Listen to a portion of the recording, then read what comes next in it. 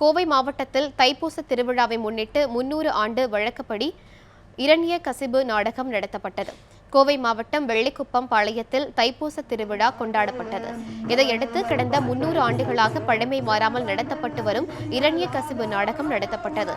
இந்த நாடகத்தில் அனைத்து கதாபாத்திரமும் உள்ளூர் மக்களை நடித்திருப்பதால் வெளிநாடுகளில் பணிபுரிபவர்கள் கூட திருவிழா காலங்களில் இதை காண்பதற்காக என்றே வந்து விடிய விடிய நடத்தப்படும் இந்த நாடகத்தை பொதுமக்கள் கண்டுகளித்தனர்.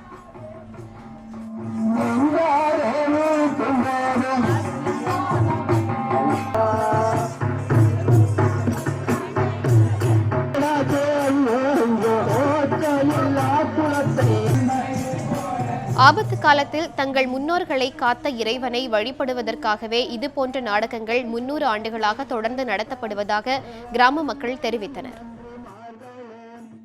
எங்கள் மூதாதையிலேருந்து நடத்திட்டு வந்துட்டு இருந்தாங்க. எனக்கு ஒரு குருநாதர் ஒருத்தர் இருந்தார். அவர் இருக்கிற வரைக்கும் நாங்கள் அதில் ஒரு ஆக்டராக தான் பண்ணிகிட்டு இருந்தோம். அவர் இறந்ததுக்கு பின்னாடி அந்த பொறுப்பை நாங்கள் எடுத்துகிட்டு நடத்தி கொண்டிருக்கிறோம்.